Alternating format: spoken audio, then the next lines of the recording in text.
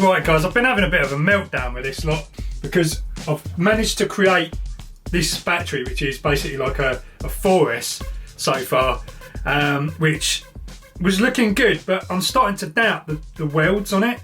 I mean, I was getting good welds to start with, and then all of a sudden everything kind of changed, and I've just kind of started doubting my work. So I've been looking at this, and I've just pulled off one of the, you can see all the series connections I've got going on here, and I just pulled off one of them here, and it pulled off fairly easy. Like I literally just peeled one side up with my finger, and half of it came off. One side of the welds was stuck and the other side weren't. Apparently that's normal. I've been doing a bit more research. It's normal on resistance welding for one side to actually bond more than the others. But the other side, yeah, I pulled it off with pliers and it just came off. It did leave a bit of, nickel on there, but I just don't think it's enough. And I'm starting to think this nickel is too thick. And I've been talking to Electrics about this, and he said, yeah, it's fine, like 0.2 mil, that welder will handle 0.2, but that's still quite high. And you're better off when you're using 0.2, you're better off with like the slotted nickel, because it forces the current to go through the, he actually advised that in the beginning, but of course I didn't listen. So, so now I'm in this position. Also, I've just been looking at this pack, and when you group these cells across, when you kind of stagger them like this, it obviously makes it wider. Now, I think this is going to be too wide for the bike. So basically, I think I'm just going to throw my toys out the pram and just start again. This is 20 cells here, and I did all the 20 extra cells, so I'm not too bothered. And I can probably use this in, I mean, this is a 20 amp hour, 16 volt 4S pack. So this would be, look how small that is crazy. But it's perfect for, that would be perfect for like running like an inverter or something like that. So I might just put this aside and just use it as a learning experience. And I've ordered some thinner nickel, which won't stress this welder so much, because I was having to put the welder up, to like 80 milliseconds to get this weld, and things are just getting hot, and it just doesn't seem right. So yeah, I think we're just going to go back to like thinner nickel, start again. I've basically laid out these cells here now. I need to do 1, 2, 3, 4, 5, 6, 7, 8. I need to do another 2. Sort another 2 cells out, sort the voltages out for those, make sure they're all matched. Wait for the nickel to turn up tomorrow, and then crack on again.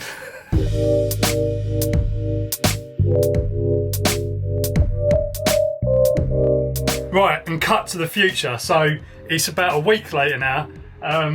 This battery saga continues. So anyway, what I've done now is I've actually got somewhere. So I've actually created all the parallel banks on one of these blocks. So we've got obviously your 5p, or should I say a 10S 5p pack here, and I've got some stonkingly good welds on this as well. So this is like 0.15 mil nickel, so I've gone with 0.15 nickel on there. I will end up doubling this up.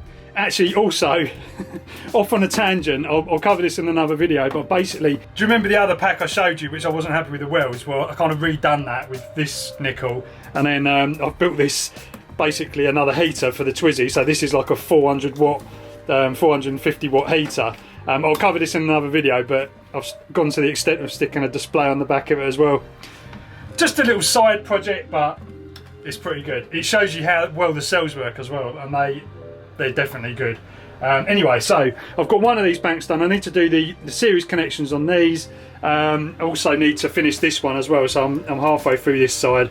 So I'm going to crack on, get these ones done. Bike's over there on charge, but obviously it hasn't got as much power as it needs. It needs these in there, so I've just got to finish these blooming batteries. I also picked up some of this, guys. This is my trusty method of assembling battery packs. Basically, as you know, they're all glued together, which, I mean, it's not as strong as it could be. This glue gun probably isn't as powerful as it needs to be, but it's enough to hold the packs, the cells together. So I've got this. This goes back to my LiPo days when I used to make the LiPo packs. Way back in the day, before anyone was doing it in RC, I was doing it, and we used this tape, basically filament. It's basically fiberglass weave tape, and it's so blooming strong that it's always been my de facto way of just assembling battery packs. So I'm going to wrap this round the sides. I'll probably do a whole wrap around each of these batteries so that they're completely sealed. I'll stick some caps on here as well to insulate these. Maybe, I don't know. I'll see what I do, but the main idea is to use this as kind of like the main, you know, strengthening to hold the pack, you know, nice and stable, and kind of absorb all the knocks and bumps that you get when you're kind of riding these things off road.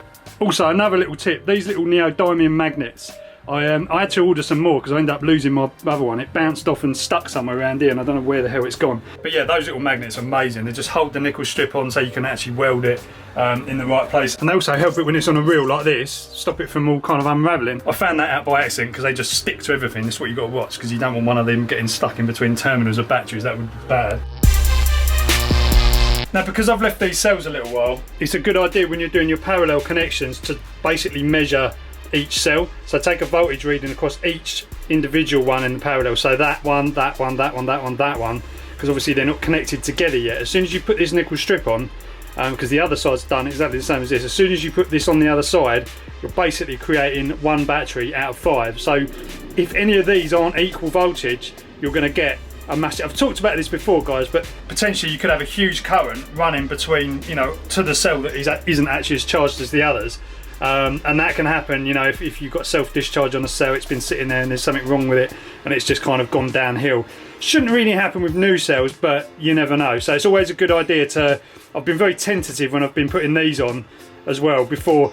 I mean, to be honest, I haven't, you know, always been checking each one as I've been doing the parallels. I've kind of been tapping this on and just making sure, you know, it doesn't get hot or there's no sparks fly out, because that would be a good indication that, you know, something's wrong. But from what I've seen, so long as they're not like kind of, one's like 3 volts and the other one's like 3.8, massive differences, you shouldn't have too much of a problem. But it's a good idea to sort of check it nonetheless.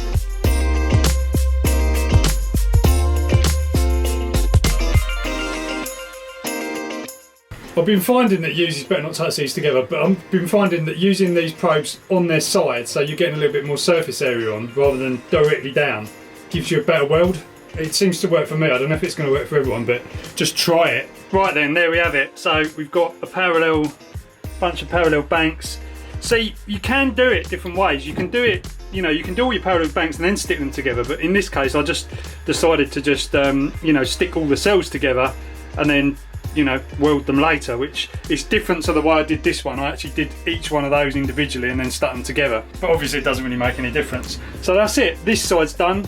That side's done. All we've got to do now is parallel connections on both. So, you know, that's going to be probably another day, because I'm just going to, this is getting hot, needs to be charged as well. You know, I think you get probably about a couple of 100, maybe 300 welds out of something like this 5000, this 5 amp hour battery.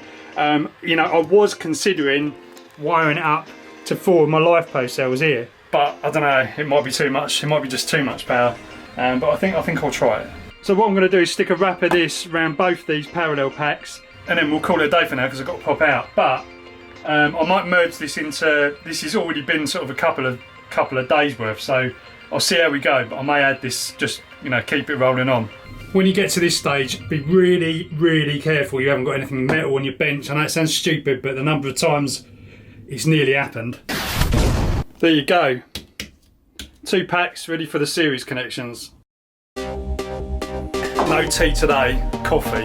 Right, someone's been busy then. So I've got my series connections on. So this is now like a 10S 36 volt block with the 2 ends here, positive and negative that end. So yeah, it's taking shape. One thing when you're doing these, be careful when you're connecting these to the kind of parallel strip, if this is the way you're doing it, if you've got parallel strips underneath, be careful, because on the positive sides, you know, you've got the top of the can and it's got the little holes around the outside.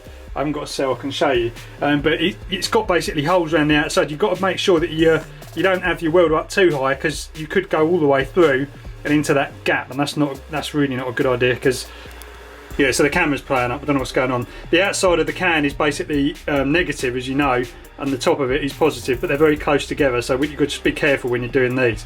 Yeah, so what I'm going to do now is I'm going to stick some balance leads on this and start it balancing, connect it to this charger. Probably won't do the main leads just yet, but I'm just going to start balancing it so it's kind of ready for yeah, ready to be put together. It's all taking shape. So I'm using these little connectors here, which are like, these are actually like 7S connectors, a bit weird, but this is what this charger uses. It's actually charging the LiPo for the welder at the moment, but what I need to do is get some connections on here so I can use this charger, because before I start using a BMS or anything, I'm going to use this charger to charge these batteries up and kind of do a couple of tests, that sort of stuff. So because of the way it works, it's actually a 14S charger. Unfortunately, it's not a 20S charger. That would be really good if it was, but what it means is you actually have to use both of these connectors. So you have to use 5S on one connector and 5S on another connector, which means you've got to use two connectors. And then when you get to your, so you do 1S, 2S, 3S, 4S, 5S, and then move to the next connector and then share the negative of that one. It's a bit heavy, to be honest, but it's a moment of truth. We've got two balance connectors, 5S and 5S equals 10S. It starts from this end, so this black wire goes underneath here, which is negative, and then you have to use the right hand side connector on here. Very logical, but basically connect that into there, and then loads of smoke will happen. So what we're going to do first of all is test this by just plugging it in and see if it shows any cell voltages on here. If you're doing this same sort of setup, be really careful. Label which one is which one's the first 5 cells and which one's the second 5 cells, because it's so easy to get these mixed up, put them in the wrong hole, and then when you connect the main leads, it just basically shorts everything out, and then you end up with these things just melting, which is just really not good. Been there, done that. So I'm going to stick that in there, and hopefully we'll see 5 cells show up on that. Right, so there's the first 5 cells. You can see kind of not really in balance. I mean, there's 2 cells here which are kind of a little bit ahead of the game. The other 3 are kind of around the same level, but that shouldn't take long to iron that out. I'll just do this on a straightforward balance charge on here, I think. Right, so next 5 cells. So you go to input B and it will show you the next 5 cells. So we just plug this in there. Hopefully it won't go bang. Right, there you go. So there's the other 5 cells. So you can see similar situation. All these cells were maximum 3.83 down to about 3.77. If one was kind of out of that range, yeah, there was one that was like 4.1, which was a little bit scary.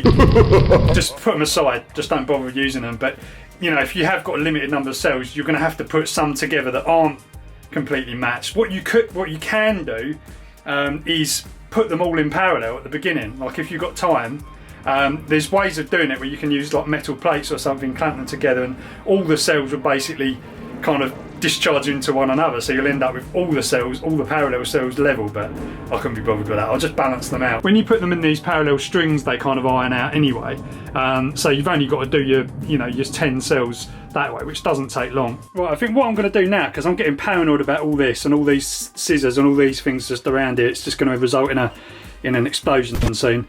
I've already burnt a piece of solder by going across one of these terminals, so it's not really very good. So what I'm going to do is I'm going to stick the main leads on for the battery, and then I can wrap this all up, and I'll show you what I'm going to do with that in a minute. But I got this the other day, or these, there's 2, there was actually 1 complete lead, there's the other half of it there, and I've just chopped it in half. It's 10 gauge wire, which, you know, I know guys, probably not quite enough for this sort of battery, but I'm not going to be soldering or connecting massive great wire onto this, because it's just going to create too much heat. You know guys, I think with all this stuff you can go completely mad and overkill. I mean look, I could use this is flipping insane, this stuff. It would look brilliant and everybody really like, oh yeah, that's perfect cable Andy, but do you know what, I'm just going to use this because it's easier to manage, and also this isn't the be all and end all. I could actually connect something else to this so that, you know, this wire isn't taking the brunt of the current. But to be honest, the average current on this bike is about 50 amps. It might peak higher, but I mean look, the phase wires aren't even that fat either. You know, a bit of loss, whatever. Right, that was a lot harder than it looks. I've managed to get them on, but this one's a bit, I don't know, it's on okay, it just looks a little bit messy. This one, what I've done is I've soldered it onto the nickel strip and then put the nickel strip on here and then kind of soldered it onto that, and basically trying to avoid as much heat as possible because I don't want to melt these insulators, which is a main thing. So that is, I think, going to be my method, basically soldering onto this nickel, nice fat bit of nickel, and then just spot welding that onto the actual terminal. I mean, however many times I've done it, loads, but I mean that's not going anywhere. That'll pull the rest of the nickel off anyway, so hopefully that'll work. So onto insulating then, caps on tape. This is what I'm going to use for the heat resistant stuff to go over the top. I'm going to wrap it over the top of this, get rid of this, oh there's something sharp there which is going to go straight through that tape. So look how professional that looks. Yes mate, I love it. I love this caps on stuff. It's just, I don't know, it's just really really good, it's really satisfying. Right, I just finished it off with a little bit of the fiberglass weave tape. I need to find some heat shrink as well for this to go over the top, and then I'll kind of do a bit of padding maybe around it, because it's a little bit, you know, it's a little bit solid. Needs a little bit of protection so that when it's in the bike it's not rattling around and kind of, you know, all these joints underneath here. And I'm just balancing it up. You can see all these little dots showing here are basically where it's actually kind of doing balancing work, just pulling down the cells, probably pulling down, looks like to the lowest one, but it seems to be balancing all of them. What is the lowest one? 3 point. Yeah, I'm not sure, but it's doing something to all of them, so that's quite interesting. Probably pulling them all down to that one, because that one's not actually that one's not having any balancing done to it. So yeah, it looks like it. All of those are on, and then that one there. So it's got to be that one. That's probably like 377 something or other, and then these are a little bit higher. We'll just leave that to sort itself out. All we've got to do now is build the other one of these. It's not so much fun the second time because you're not kind of learning as you're going along, but there you go. Anyway, it's ready for the series connections, so whole thing's got to start again. So guys, I think I'm going to leave this one here because it's probably going to be long enough already, but what I'll do is I'll come back when I've made the other one of these, one of these other blocks, and then on from there. BMS still hasn't turned up, so that's another palaver which I'm going to have to deal with, but I want to test it on the bike without a BMS. I mean, I can do that, it's no problem. I've got no problem sort of managing that, but obviously always use a BMS when charging, or do balance charging like I'm going to do here. I'll just get these main leads and just whack them in there. We've got to put connectors on this and stuff yet anyway. But yeah, I'll be back in the next part of this battery building series. Hope you enjoyed it so far, and then we can test the battery and just see exactly what happens. It's going to be fun. Catch you in the next one.